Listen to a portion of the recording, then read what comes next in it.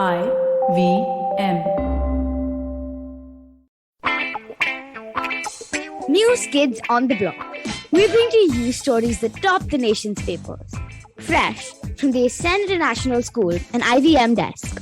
Hi, I'm Kavya. I'm Anya. And I'm Trivik. And welcome to this episode of News Kids on the Block, where we give you all the top news updates of the week. Our first story for you today comes from the armed forces, and specifically about women in the armed forces. As you can see, that's kind of like this weird niche that I read a lot about. So this week's news is about how the Indian Army on Monday announced that their board cleared the promotion of 5 female officers to the rank of colonel. So how this works essentially is that once you finish your junior service at the army, you enter the senior service.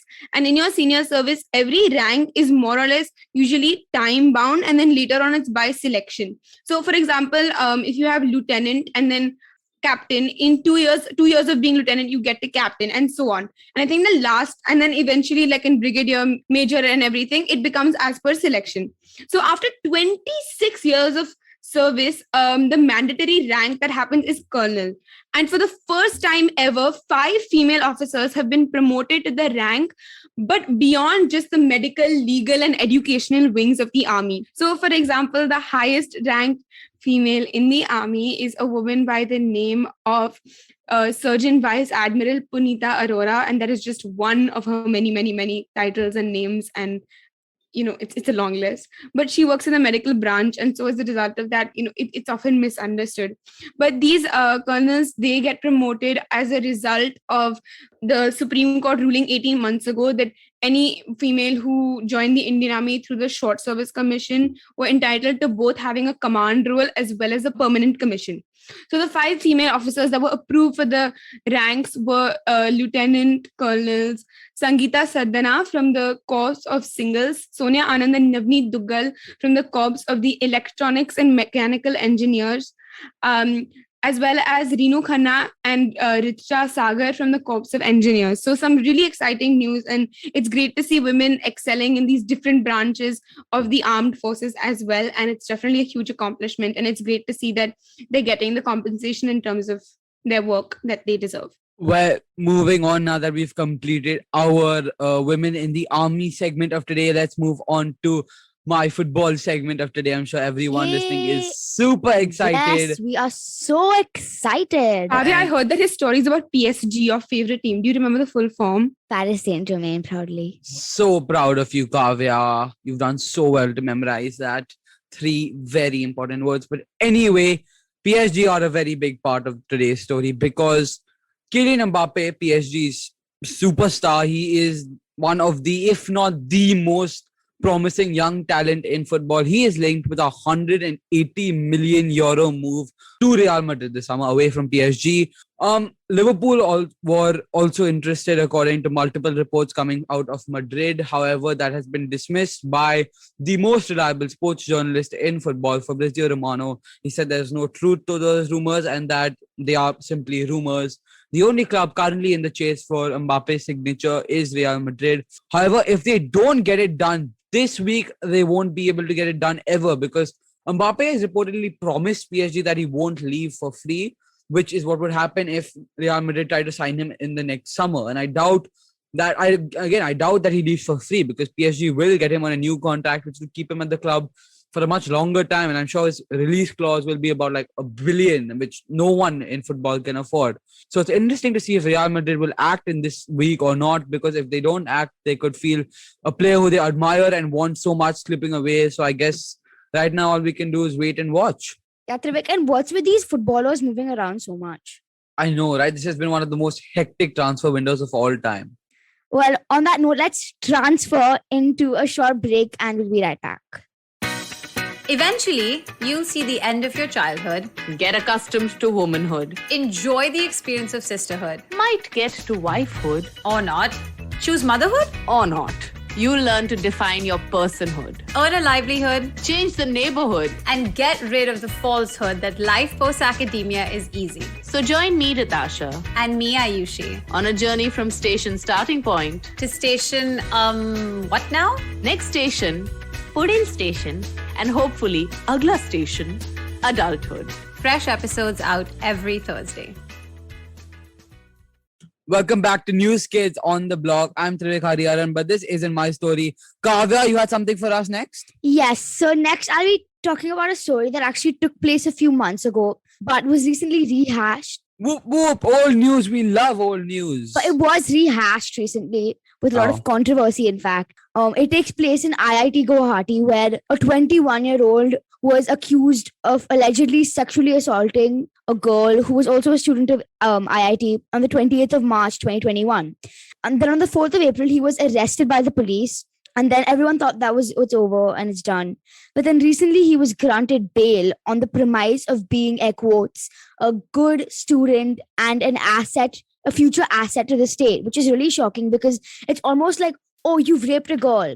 It's fine, you're a good student, you just pay bail and you can get out. That is so like messed up. That should yeah, not be it is. happening. It's really scary, in fact.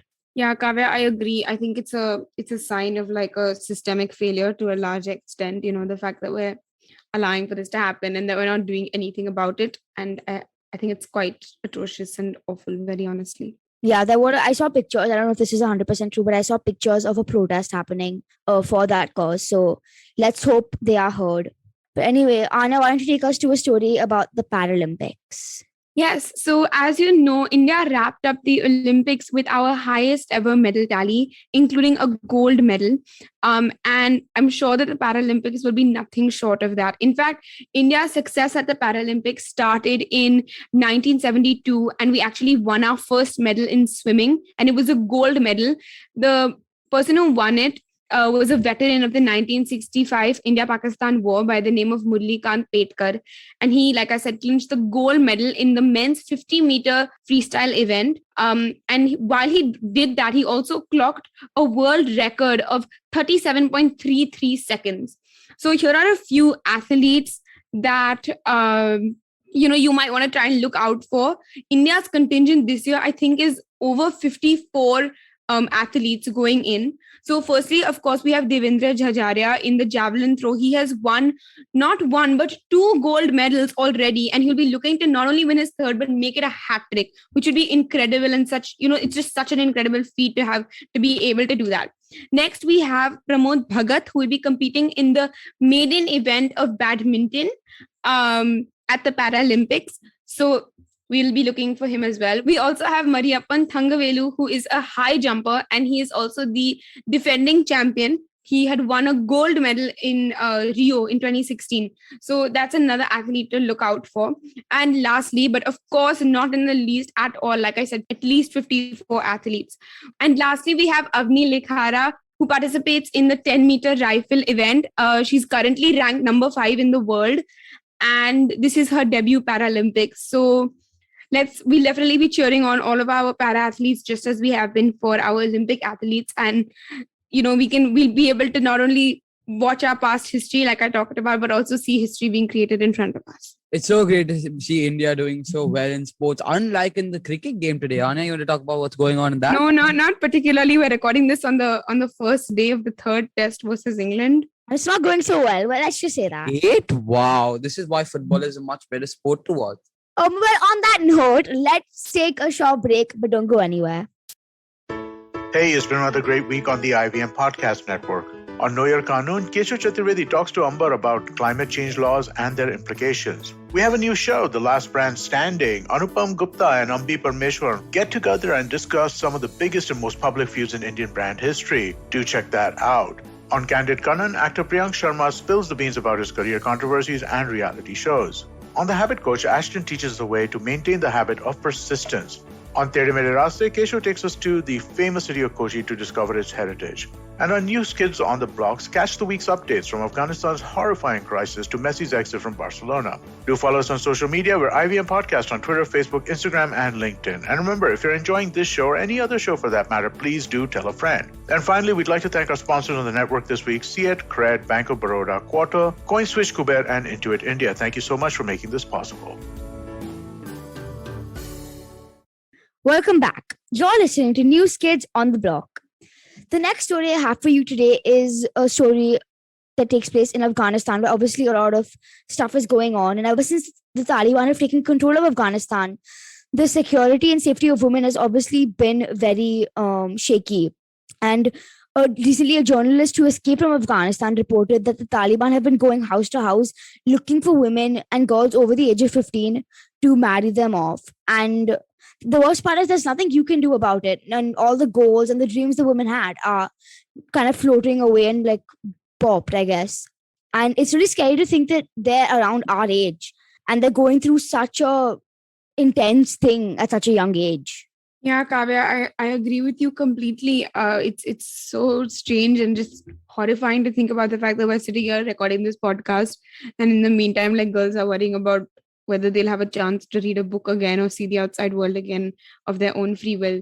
That being said, the Taliban has said that in their plans for the government, and in their plans in general, they want women to they will ensure that women have basic rights under the sort of law, the Sharia law. They've also encouraged women to join the government, which a lot of people are extremely skeptical about. There was a Twitter thread that I read by a woman by the name of Aisha Noor, and she said that it was a long thread, but she kind of summed it up by talking about how when we talk about granting women their rights under Islamic law, that doesn't necessarily mean what you think it means, because in actuality, what that law is saying is that the Quran declares, and I quote here, inherit not women against their will, literally saying that women cannot be coerced. It talks about how the Quran mandates that women receive inheritance or property, whereas, that's not what's happening in real life, because according to her, the Taliban instead, and I'm quoting again, strips property and ownership from women. And women are left unaware of their own property rights. Also, if you consider marriage and divorce laws, a woman has equal grounds as her husband to ask for a divorce. And in the wedding, she has to grant her consent. So these are all some really interesting points to bring up, because what does that exactly constitute as, and how do we go about ensuring that the integrity of the law and the culture is held while still, not having World War III happen around us? Thanks, Anya. I completely agree with you. It's a really sad thing to see. Moving on, we're going to end the podcast on a positive story. I think a lot of people around the world are going to be excited by this one, especially fans of superheroes, as the trailer for the new Spider-Man movie coming out on the 17th of December this year, Spider-Man No Way Home, was released this week. And I think fans everywhere are absolutely buzzing. Did you guys see it? Actually, my physics teacher played it in class. So that's what I saw. I wouldn't have seen it otherwise, but yeah, I did see it. Well, your physics teacher has impeccable taste. What about you, Anya? Thanks, Trivika. I'm really flattered that you know my name. I did watch the trailer. It seems like a really great time pass movie, lots of loud music, popcorn, the whole shin bag. You really said time pass. This is going to be... Trivik is offended, Anya. How could you? I think it's almost like I did that intentionally, Kavya. This is going to be the best movie of all time. This is no time pass movie. A time pass movie is Notting Hill compared to this. This is going to be... I haven't seen that either. I have seen it. It's really sad. Made me cry. Spider-Man is going to be the best movie of all time, because you know why? They're incorporating every Spider-Man ever. That is Tobey Maguire, Andrew Garfield, and Tom Holland. All three of them are going to be in the movie. I think that is what rumors have been saying.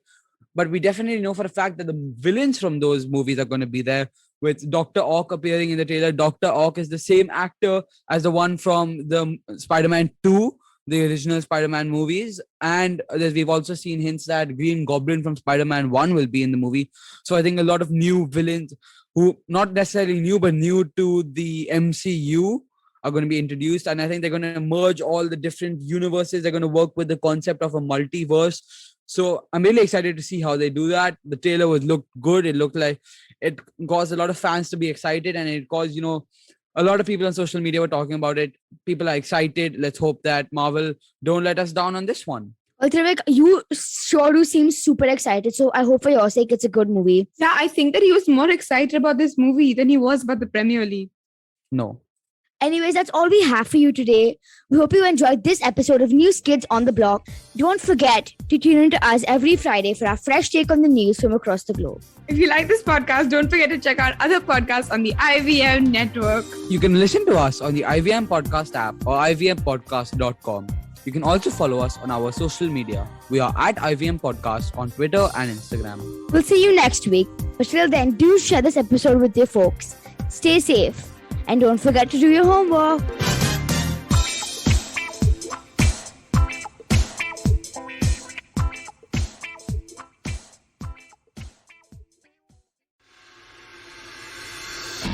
If you're a cricket fan, check out Edges and Sledges, India's favorite cricket podcast. The podcast focuses on Indian cricket, the IPL, and has a ton of banter both on and off the field. We talk about the week's biggest cricket stories with current and ex-international cricketers, coaches, or sometimes just between us. And it's hosted by me, DJ. Me, Varun. And me, Ashwin. New episodes release every week.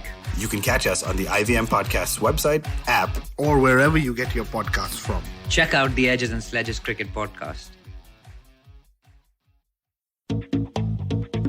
Have you ever wondered where the business world is headed? How the ways in which we create, market, and sell to consumers will evolve?